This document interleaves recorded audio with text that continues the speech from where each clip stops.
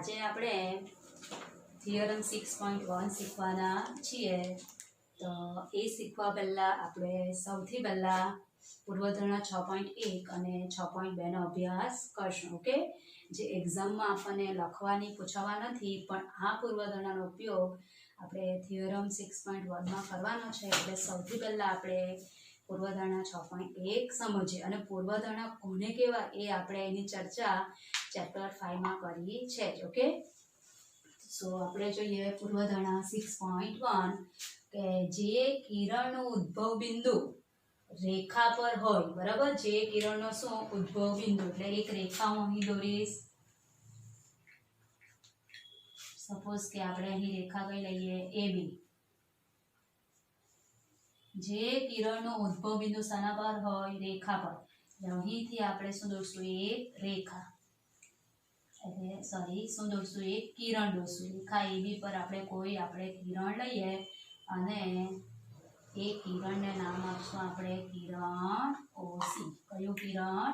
OC થઈ ગયું કે જે કિરણનો ઉદ્ભવ બિંદુ રેખા પર હોય તેવા કિરણ અને રેખાથી બનતા, ઓકે, કિરણ અને રેખાથી બનતા, કિરણ એટલે કિરણ OC અને રેખા AB થી બનતા બંને ખૂણાઓનો સરવાળો 180 ડિગ્રી થાય છે।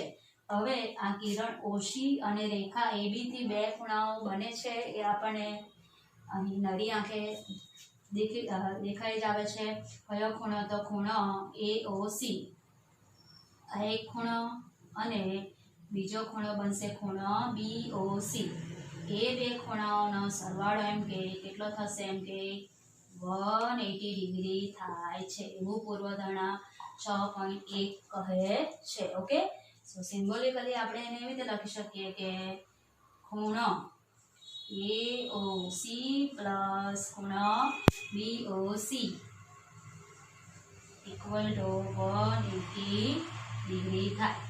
હવે આપણે જરાક આગળના લેક્ચરને યાદ કરી લેવાનું, એટલે રિવાઇઝ જરાક થઈ જાય કે આવી સેમ આકૃતિ આપણે ખૂણાઓની રેખિક જોડ માટે દોરેલી હતી, બરાબર। એટલે ઇન શોર્ટ આ તો શું થશે, ખૂણાઓની રેખિક જોડ, એટલે ખૂણો AOC અને ખૂણો BOC એ રેખિક જોડના ખૂણા થાય, અને રેખિક જોડના ખૂણા કેવા હોય છે, તો પૂરક, એટલા માટે આ બે ખૂણાઓનો સરવાળો કેટલો થશે, 180 ડિગ્રી થાય। એટલે આ પૂર્વધારણા આપણી રેખિક જોડ માટેની થાય। ઓકે, ચલો હવે આપણે સેકન્ડ પૂર્વધારણા જોઈશું, પૂર્વધારણા 6.2। જો બે આસન્ન કોણોનો સરવાળો 180 ડિગ્રી હોય, હવે આસન્ન કોણ એટલે આપણે એની પણ બાજુમાં આપણે આકૃતિ દોરીએ, જે આપણે આસન્ન કોણ શીખેલા તે કિરણ આપણે અહીં લીધો VA, અહીં કિરણ લઈએ આપણે BC, આ થવાનું કિરણ B। તો આસન્ન કોણ કયા કયા થવાના, ખૂણો ABD, અને બીજું થવાનું કિરણ કયું આપણો CBD, સોરી ખૂણો BCD, એ શું કહેવાશે, આસન્ન કોણ, એટલે કે એ બેનો સરવાળો કેટલો થાય, 180 ડિગ્રી થાય। આસન્ન કોણોનો સરવાળો કેટલો થાય, 180 ડિગ્રી થાય।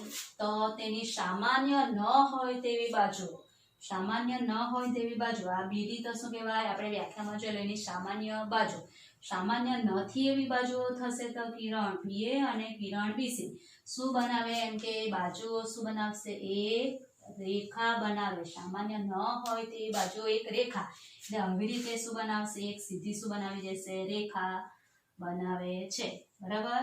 એટલે તમે જોઈ શકો કે આ જ આપણે આકૃતિ એમ સીધી કરી દે, બરાબર। ધારો કે આપણે નામ અહીં હું આપીશ કે નામ સેમ આપણે આપીએ, તો આ થઈ જશે આપણું કિરણ, હું અહીં લખી દે OC, અને આને આપી દે AB।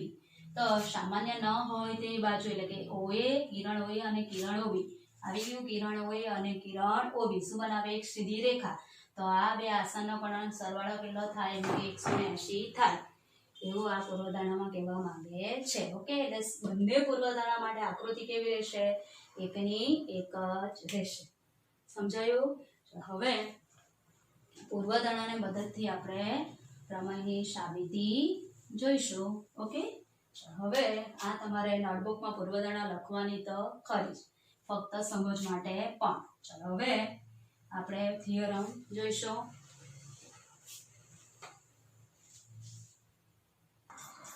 હવે આપણે થિયરમ 6.1 જોઈશું. સૌથી પહેલા તો આપણે એનું સ્ટેટમેન્ટ સમજવું પડશે. એટલે સ્ટેટમેન્ટ જોઈએ આપણે. સ્ટેટમેન્ટ એટલે કે વિધાન. ઓકે, વિધાનમાં આપણે એવું કીધું છે કે સાબિત કરો કે પરસ્પર છેદતી બે રેખાથી બનતા અભિકોણ કેવા હોય છે? સમાન હોય છે. એટલે તમે જોઈ શકો કે અહીં રેખાઓ કેવી આપી છે આપણને? પરસ્પર છેદતી કેટલી રેખા લેવાની છે આપણે? બે રેખા. એટલે આકૃતિ આપણે સ્ટેટમેન્ટ પરથી દોરતા શીખવું પડે. ઓકે, એ આકૃતિમાં આપણને ખબર પડી છે કે એક રેખા દોરવાની, બે રેખા દોરવાની કે ત્રણ રેખા. પણ અહીં આપણને સ્પષ્ટ કીધું જ છે કે પરસ્પર છેદતી કેટલી રેખાઓ લેવાની? બે. બરાબર, એટલે બે રેખા આપણે લઈશું. થી બનતા શું અભિકોણ આપણે કેવા સાબિત કરવાના છે? સમાન સાબિત કરવાના છે. એટલે પ્રમેય 6.1 જે આપણે દાખલામાં પણ એનો ઉપયોગ કરી ગયા છીએ તેની હવે શું જોઈશું? આપણે સાબિતી જોઈશું. ઓકે, તો સૌથી પહેલા આપણે આકૃતિ દોરીએ તો કેટલી રેખા લઈશું? પરસ્પર છેદતી બે રેખા. એટલે આકૃતિ આપણે આ રીતે આવશે.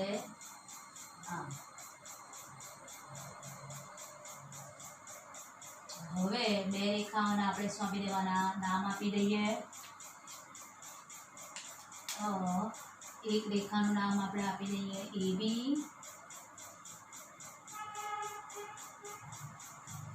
અને બીજી રેખાનું નામ શું આપી દઈએ આપણે? CD. હવે એ પરસ્પર છેદતી બે રેખા, બરાબર, એટલે એ બે રેખાઓ પરસ્પર છેદે પણ તેનું છેદબિંદુનું શું નામ આપવું પડે? આપણે નામ આપવા પડે. ઓકે, તો જ આપણને ખૂણાઓના નામ અહીં મળશે. એટલે રેખા AB અને રેખા CD પરસ્પર એકબીજાને બિંદુ O માં છેદે છે. થઈ ગયું આટલું આપણો ડાયાગ્રામ. ચાલો, તો સૌથી પહેલા તો આપણે પ્રમેય કોને કહેવાય એ પણ ચેપ્ટર 5 માં આપણે જોયું જ છે. ઓકે, કે જે વિધાનોને તર્ક અથવા દલીલ દ્વારા શું કરવામાં આવે? સાબિત કરવામાં આવે એને શું કહેવાય? પ્રમેય કહેવાય. અને સાથે સાથે આપણે પ્રમેયના મુખ્ય 3 અંગો કયા કયા એ પણ વાત કરી જ ગયા છીએ. એ પહેલું શું આવે? પક્ષ. પછી સેકન્ડ આવશે સાધ્ય અને થર્ડ વન ઇઝ સાબિતી. ઓકે, એટલે આપણે પ્રમેય સાબિત કરવાના છે એમાં આપણને આ 3 વસ્તુની ખાસ જરૂર પડશે. ઓકે, કે પક્ષ, સાધ્ય અને શું જોઈશે? સાબિતી. અને એ બધું આપણને શાના પરથી મળશે? આપણને એના જે સ્ટેટમેન્ટ આપણને આપ્યું છે એના પરથી આપણને શું મળી જશે? પક્ષ અને સાધ્ય અને આકૃતિ. આવી 3 વસ્તુ આપણને એના સ્ટેટમેન્ટ પરથી મળી જાય. ઓકે, ચાલો, તો સૌથી પહેલા આકૃતિમાં બરાબર સમજવાનું કેટલી રેખાઓ આપણને દોરવાની કીધી છે? બે. પણ કેવી રેખાઓ? પરસ્પર એકબીજાને છેદતી. હવે અભિકોણ, તો અભિકોણ તો હવે આપણા બની જ ગયા. કયા કયા અભિકોણ બનવાના? તો ખૂણો AOC ની સામે કયો ખૂણો? BOD. થઈ ગયું. ચાલો, ખૂણાઓને આપણે જરાક આ રીતે ડ્રો પણ કરી દઈએ કે ખૂણો AOC ની સામેનો ખૂણો અભિકોણ કયો બનવાનો? BOD. થઈ ગયું. ચાલો, હવે બીજી જોડ અભિકોણની AOD એટલે આ ખૂણો આવશે. એને આપણે અલગથી બતાવવાના એટલે બે કર્વ દોરવાના. કેટલા? બે. આ એક એક વાળા એટલે સરખા કહેવાય. ચાલો, હવે એ જ રીતે ખૂણો બીજો એની સામેનો કયો? BOC. ખૂણો BOC એ અભિકોણની શું થવાની? બીજી જોડ થવાની. શું થવાની? બીજી જોડ. ઓકે, હવે એ જોડ આપણે અભિકોણના ખૂણા કેવા સાબિત કરવાના છે? તો પ્રમેયમાં સમાન સાબિત કરવાના છે. હવે સૌથી પહેલા આપણે પક્ષ લખશું. તો પક્ષમાં આ રીતે લખવાનું આવશે કે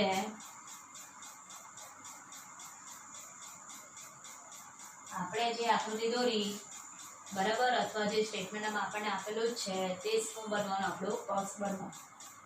તો પક્ષમાં લખશું આપણે કે બે રેખાઓ. પક્ષમાં આપણે લખશું કે બે રેખાઓ અથવા ખાલી રેખાઓ લખશું તો પણ ચાલશે. AB અને CD પરસ્પર એકબીજાને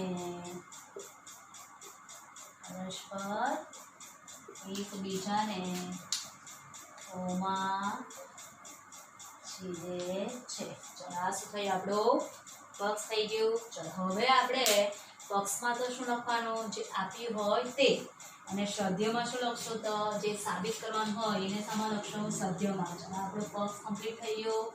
હવે સધ્ય લખશું આપણે. તો સધ્યમાં આપણે સાબિત શું કરવાનું કે જે ઉભી કોણના ખૂણા છે તે કેવા સાબિત કરવાના આપણે સમાન. એટલે આપણે પહેલી જોડ લખશું તો કયું ખૂણો AOC ઇક્વલ ટુ ખૂણો કયો આવવાનો એની સામેનો ખૂણો BOD. એક જોડ થઈ.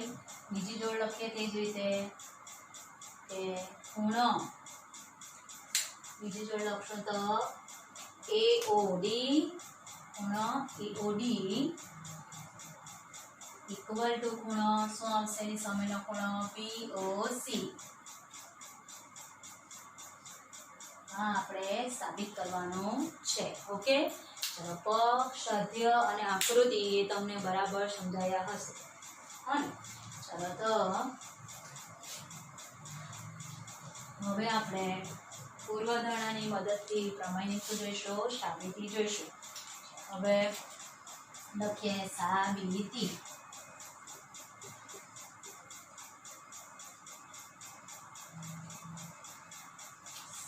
તો સાબિતીમાં આપણે પહેલી લાઈન તો શું આવવાની પક્ષ લખી દેવાનું આપણે કે રેખાઓ AB અને CD પરસ્પર એકબીજાને ઓમાં છેદે છે. હા ને, ચલો એ લખી દીધું. ત્યારબાદ આપણે મેઇન વસ્તુ લખશું કે કિરણ. બરાબર, તમે જોઈ શકો અહીં 4 કિરણો દેખાય છે. કેટલા? 4. કે સૌથી પહેલું કિરણ છે આપણી પાસે કિરણ OA, પછી કિરણ OC, કિરણ OB અને કિરણ OD. એ કિરણો આપણે જોયા. હવે કિરણો તમે જો કે કિરણ OA એ કઈ રેખા પર આવેલ છે? રેખા CD પર આવેલો. તે જ રીતે કિરણ OC એ કયા પર આવેલ છે? રેખા AB પર. બરાબર, એ પૂર્વધારણા આપણે આગળ જોઈ એમાં આકૃતિ સેમ આવી બનતી હતી, અલગથી બતાવી છે. ચલો એ જ રીતે કિરણ OB એ રેખા CD પર અને કિરણ OD એ રેખા AB પર આવેલ છે. આપણે એનો જ ઉપયોગ કરવાનો છે. તો સૌથી પહેલા આપણે લખશું સાબિતીમાં કે કિરણ OA, કિરણ OA એ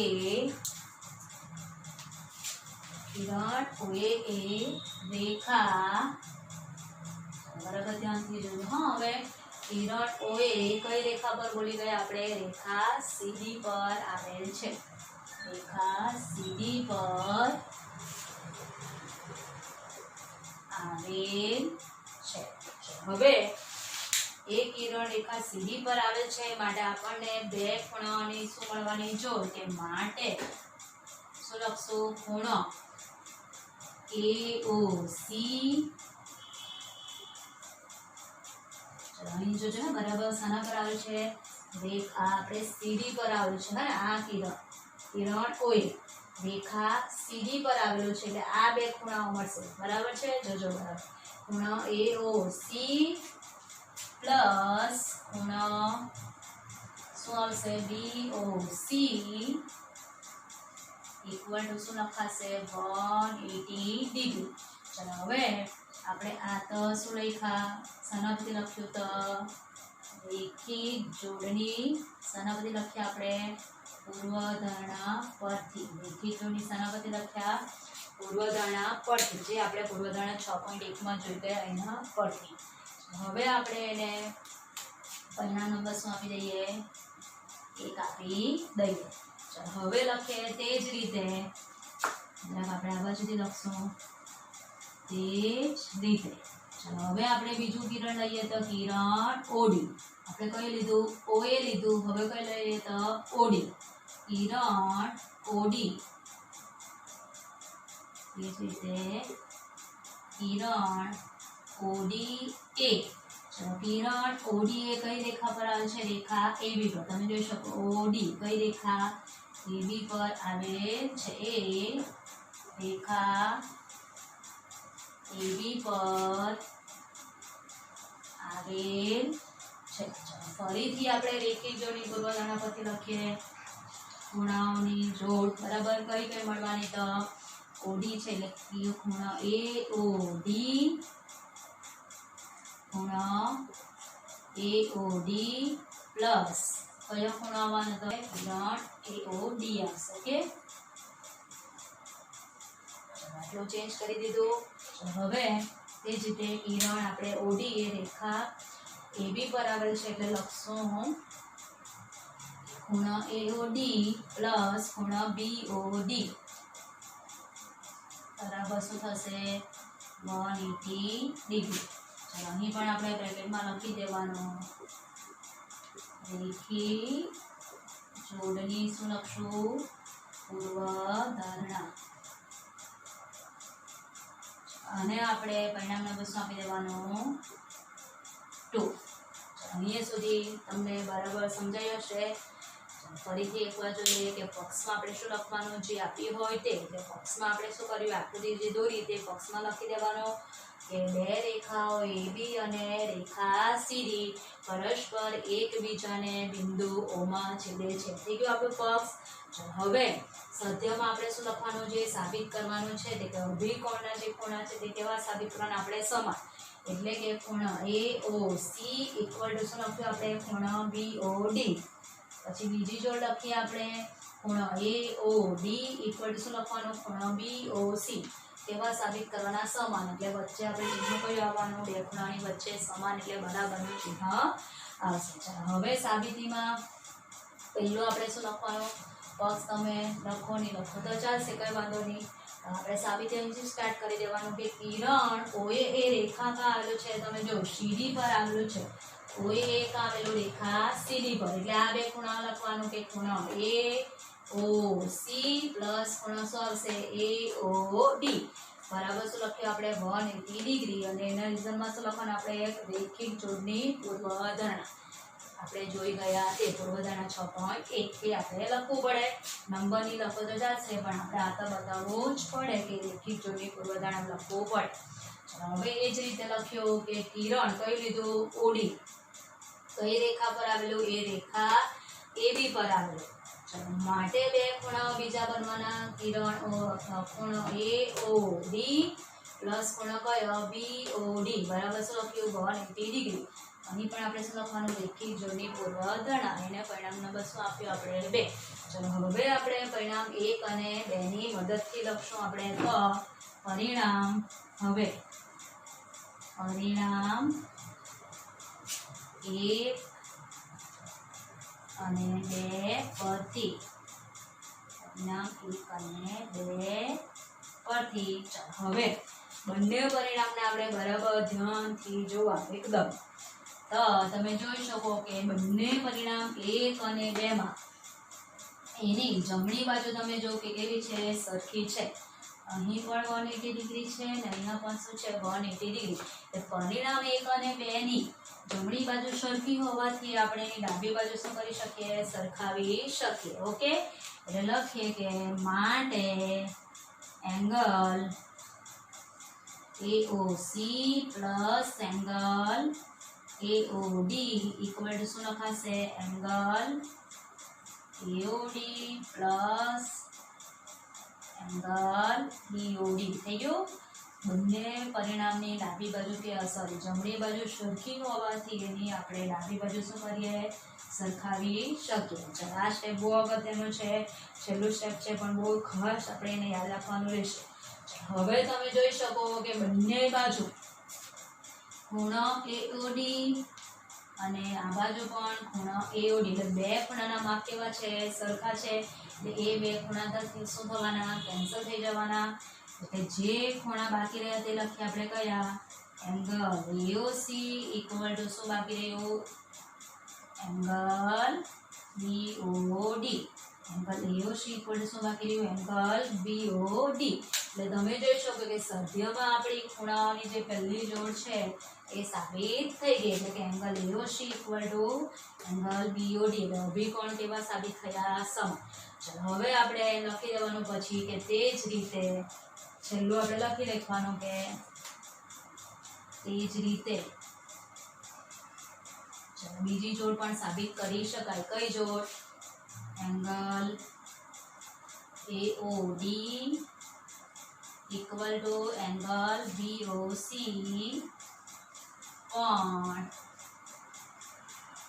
સાબિત કરી શકાય છે કરી શકાય થઈ ગયું હવે આપણે તો પરીક્ષામાં પણ બેમાંથી કોઈ પણ એક જ વિકલ્પની શું આપવાની રહે સાબિતી આપવાની રહે હવે તમને એમ થાય કે મારે આ બીજી જોડ સાબિત કરવી છે તો પણ ઇઝી ગોઈંગ સાબિત થઈ જશે કે angle AOD equal to angle BOC સાબિત કરવા માટે કંઈ જ કરવાનું નથી ફક્ત શું બદલવાના કિરણ બદલવાના તો જો હવે આપણે આ જોડ સાબિત કરવાની હોય તો કયા લેવાના કિરણ OB લઈ લેવાનું OA ની જગ્યાએ શું લઈ લેવાનું OB એ રેખામાં આવેલું છે CD પર એટલે આ બે ખૂણા થવાના એંગલ BOC પ્લસ એંગલ શું થશે BOD થઈ ગયું અને આ તો એ જ રાખવાનું કિરણ OD એકા આવેલું છે રેખા AB પર એટલે આ જોડતા આપણે તેની તે જ રહેવાની હવે તમે જો કે આપણા કોમન એંગલ કયો નીકળી જવાનો તો એંગલ BOD નીકળી જશે અને આ જ રીતે આપણે સરખાવવાનું પરિણામ બંને પરિણામ 1 અને 2 આપવાનું અને સરખાવવાનું અને પછી લખી દેવાનું કે માટે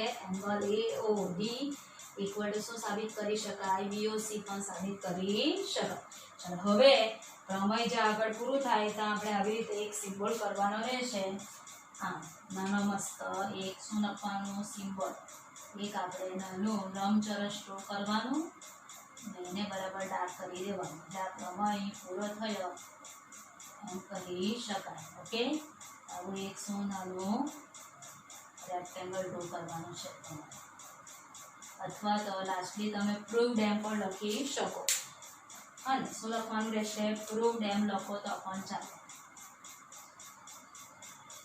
આમ બરાબર ડાર્ક કરી દેવાનું અથવા તો શું લખવાનું છેલ્લે સંકેતની તમારે દોરવો હોય લખવો હોય તો શું લખવાનું પ્રૂવ એમ લખી શકો હવે આપણે આમાં જે સાબિતી છે એને શું કહેવાય આપણે પ્રૂફ એ આપણને ખબર જ છે પક્ષ ને સાધ્યને ઇંગ્લિશમાં આપણે કઈ રીતે લખવું હોય લખી શકાય તો જરાક આપણે એને જોઈ લેવાનું કે પક્ષમાં શું લખવાનું આપણે કે ડેટા એવું લખી શકાય અથવા તો ટુ ગીવન એવું પણ લખી શકાય ઓકે અને સાધ્યને શું લખવાનું આપણે કે સત્ય એટલે આપણે જે સાબિત કરવાનું છે એટલે ટુ પ્રૂવ લખાય શું લખાય ટુ પ્રૂવ એવું પણ લખી શકાય અને સાબિતી એટલે શું કહેવાય પ્રૂફ એ આપણને ખબર જ છે એટલે પ્રૂફ પછી જ આપણે લાસ્ટલી લખી શકીએ પ્રૂવડ એમ લખી શકાય એનો ભૂતકાળનો રૂપ ઓકે ચાલો હવે ફરીથી આપણે પ્રમેય આ જે બીજો વિકલ્પ છે હું તમને સાબિત કરીને આપી દઉં પણ આપણે નોટબુકમાં લખવાનો નથી નોટબુકમાં બસ આટલું લખવાનું છે આપણે સમજાયું હશે બરાબર પ્રમેય તમને હવે પ્રમેય કાંઈ આપણને એકવાર જોવાથી તો આવડી જવાનો નથી અને વારંવાર આપણે શું કરવાનું રહે રિવાઇઝ કરવાનું રહે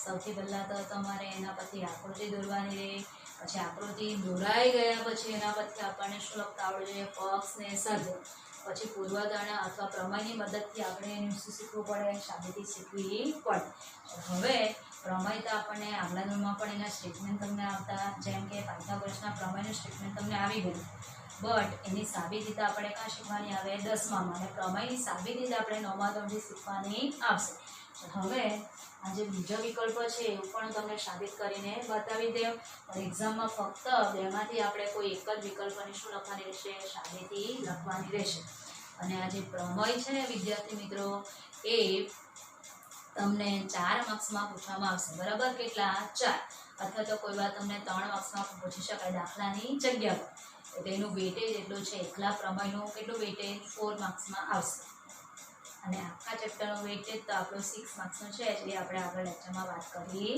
છે જેમાંથી પ્રમેય કેટલા માર્કનો આવવાનો 4 માર્કનો અથવા તો 3 માર્કનો 3 માર્કનો પ્રમેય આવે તો 3 માર્કના શું આવી શકે દાખલા અથવા તો 4 માર્કનો પ્રમેય તો 2 માર્કના શું આવશે દાખલા એ રીતે બેલેન્સ કરવાનું હોય ઓકે ચાલો હવે આ બીજા વિકલ્પ પર તમને સાબિત કરીને બતાવો જોઈએ હવે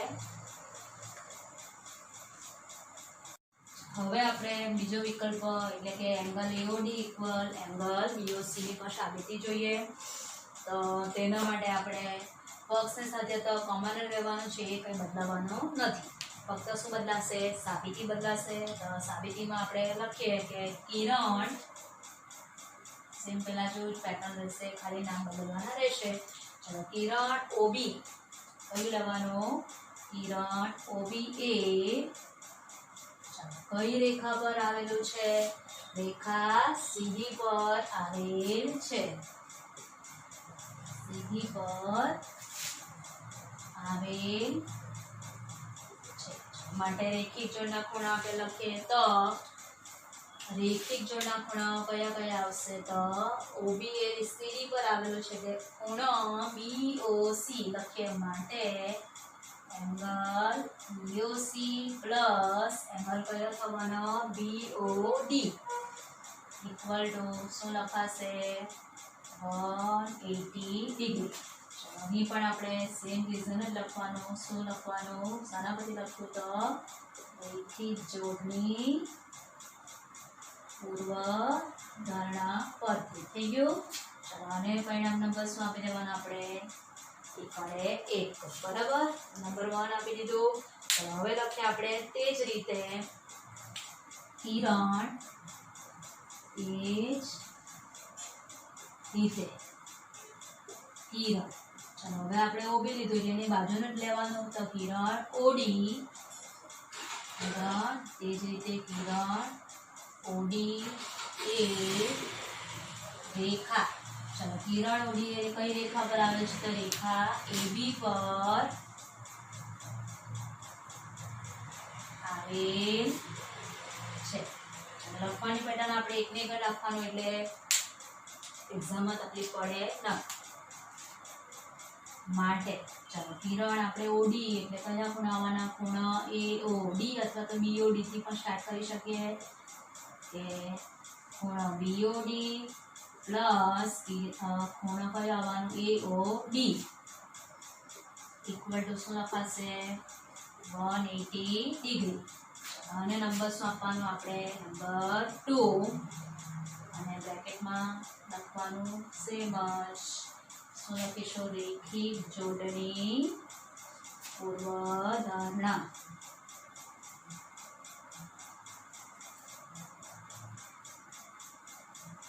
હવે પરિણામ 1 અને 2 પરથી આપણે તમે જો કે બંનેની જમણી બાજુ કેવી છે? સરખી.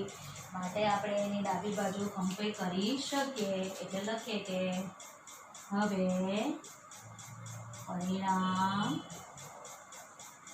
1 અને 2 પરથી પરિણામ 1 અને 2 પરથી અથવા તો આપણે એમ પણ લખી શકીએ કે by result 1 and 2 we get અથવા વી હેડ એવું પણ લખી શકીએ. ઓકે ચલો તો લખીએ માટે એંગલ બીઓસી પ્લસ એંગલ કયો છે? બીઓડી